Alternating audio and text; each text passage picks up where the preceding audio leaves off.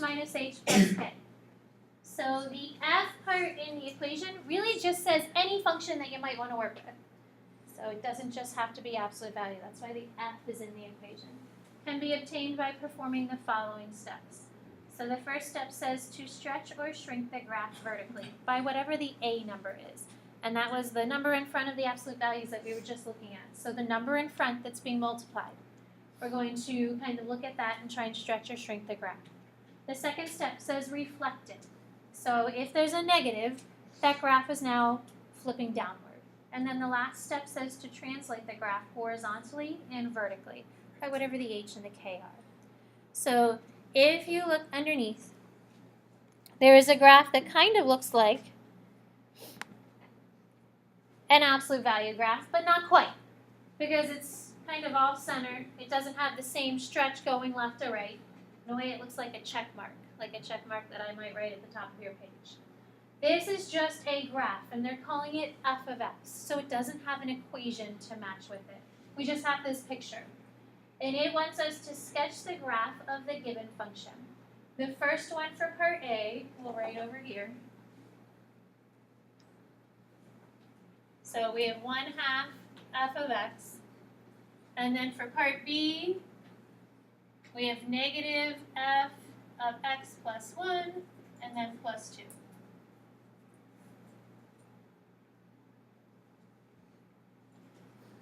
So we are going to see if we can take the graph we have and apply these two parts to it. So we're going to graph it twice to see what happens to the graph if you have something like 1/2 times f of x, or if we have something like negative f of x plus 2, 1, and then outside plus 2.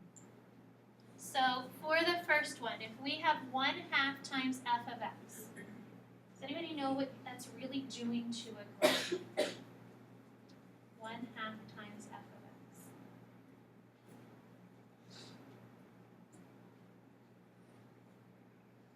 What else? Odette? Is it size and Yeah, so it's shrinking the size of the graph. So the 1/2 is making the graph wider. So it's taking all of the values and they're like shrinking them. But usually that 1/2, if it's less than 1, we say it makes the graph wider. F of x is the same thing as the y value.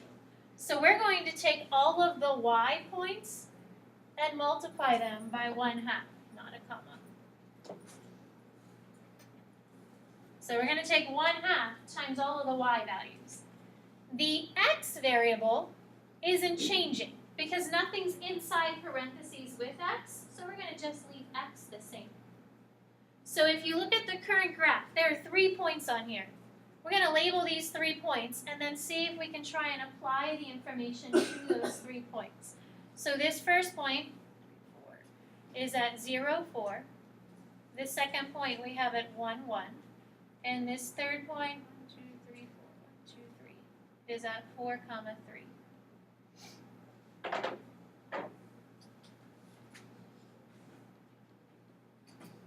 So if our original point is 0, 4, what is the new point going to become if we're supposed to take 1/2 times f of x? Julia? 0, 2. Yeah, so that new point is now at 0, 2. Because we're taking half of the y value to get our new graph.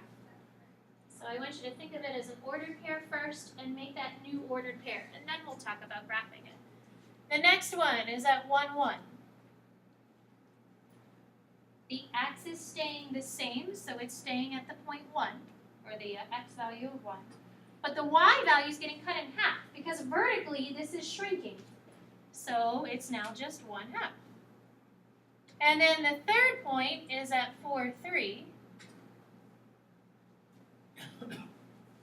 The x value is staying the same, but the y is being cut in half, so 3 times 1/2 becomes 3/2.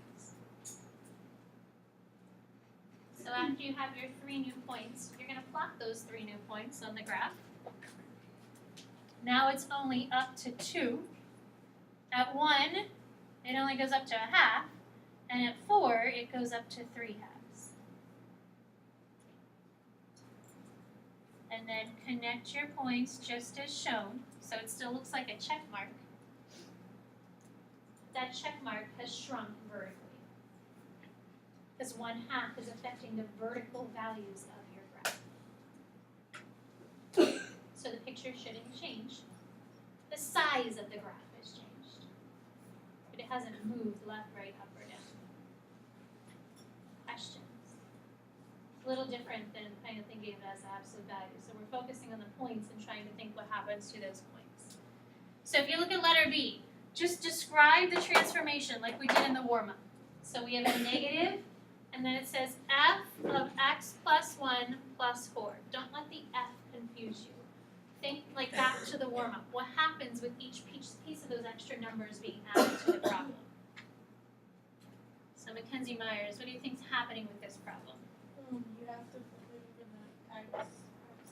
Okay, so this part flips it. All right, what else happens, Mackenzie? And then you have to shift it to the left by 1 and then up 2. She said shift left 1 and up 2. All right, we're going to see if we can try and apply this to the problem. So, Mackenzie, all of that stuff you told me, which one of those actually affects the x value? So you said flip it over x, shift left 1. I missed my left. So we're shifting it left 1 and up 2. Shifting left, put it x. Right, the one that shifts the left affects the x. So I'm going to write like a little formula up here. We're going to take x minus 1. If we're shifting left, my x value has to move to the left by a value of 1. So that means I have to take the x value and subtract 1 from it. The other ones say move up 2, which is y, because we're moving up 2. And if we're flipping this graph over the x-axis, that means all of the y values are changing and becoming negative. So we're going to write that as negative y and then plus 2. So anytime you see a negative in front of f, that really means make your y negative. F of x and y are interchangeable. They mean the exact same thing. So our x values, you're going to subtract 1 from x, and then we're going to make y negative and then add 2 to that value. Because there was a negative in front of f, and there's a plus 2 being added outside. So we're going to see if we can try and apply that to our points, just like we did over here. So we're starting at 0, 4. We're going to write a new point before we worry about graphing it. Let's just focus on writing a new point. So we're taking the x and subtracting 1. Well, it was 0. Now it's negative 1.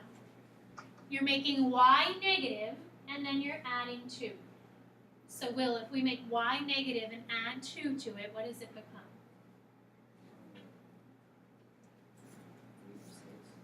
So, make it negative, and then it's negative 2. There you go. So that new point is negative 2. So this becomes negative 4, and then plus 2. So you're making it negative, and then you're adding 2. So our new ordered pair is negative 1, negative 2. So try it again with the next point. We're at 1, 1. So we're subtracting 1 from x. So now that's 0. We're making the y negative. Now it's negative 1, and we're adding 2. So now it becomes positive 1. And then the last point we had at 4, 3. So subtract 1 from x, make the y negative, and add 2. So negative 3 plus 2.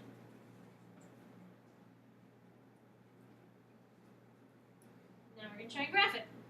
So you have your 3 points. We're going to plot these 3 new points.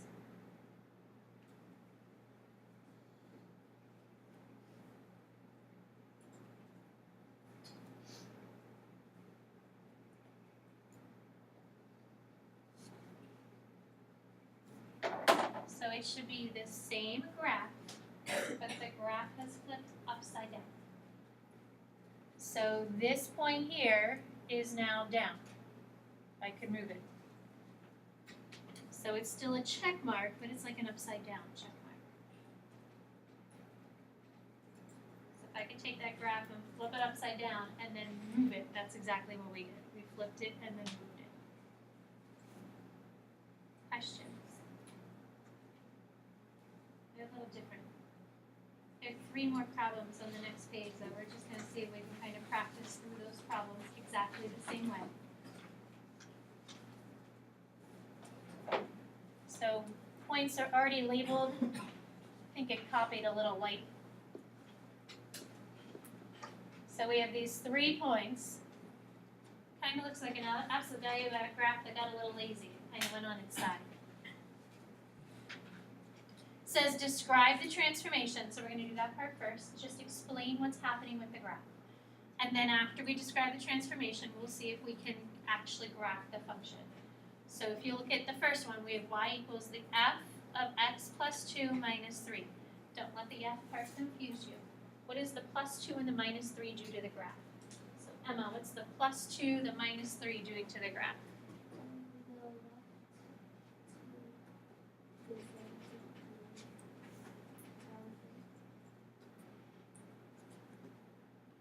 So she said we're moving left 2 and down 3. So this number is making it move left. This one here is moving down.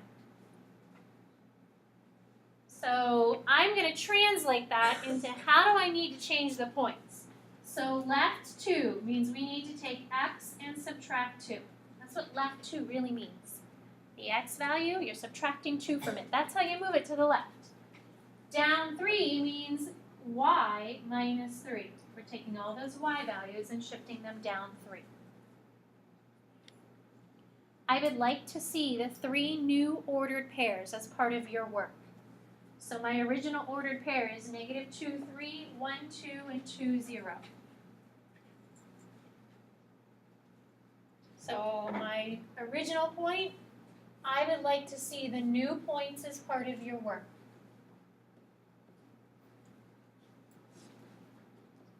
So see if you can calculate the 3 new points. And if you want to count by 2s when you graph this, because the box is really tiny, the one up here is a little bigger. So if we count by 2s, making each 2 boxes a 1.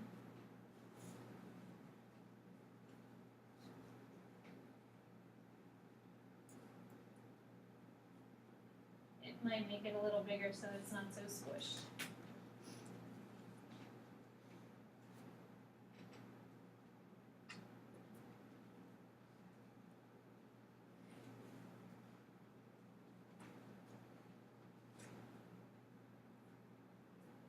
Anybody give me their 3 new ordered pairs?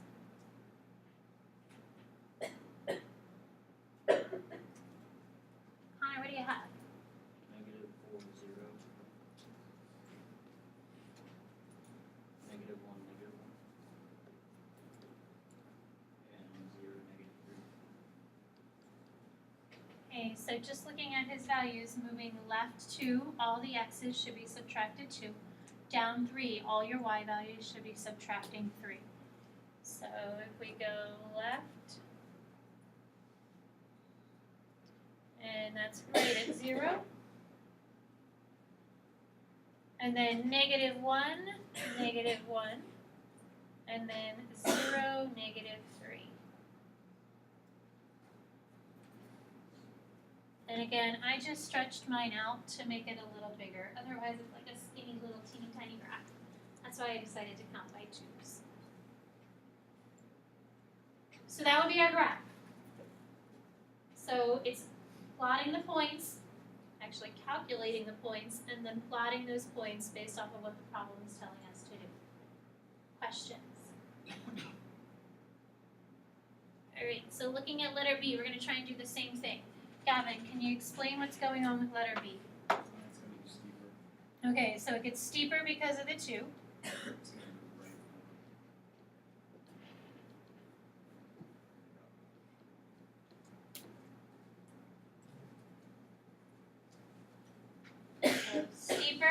because of the 2. It moves to the right 4, even though it says minus 4, it's really going to the right. And then it's going up 1. So right 4 means x plus 4.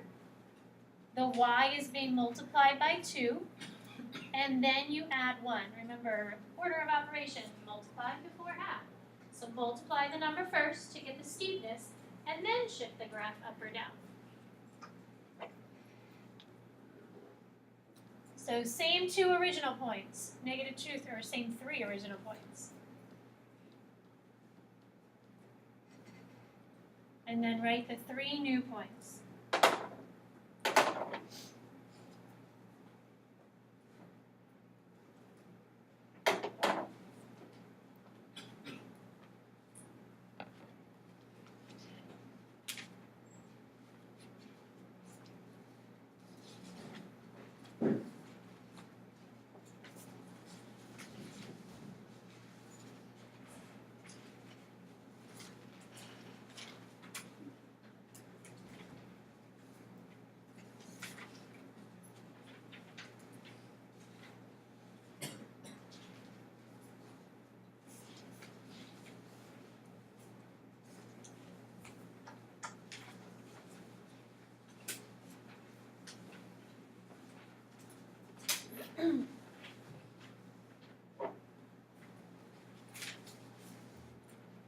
So my new x value for the first one, if we're adding 4, that becomes +2.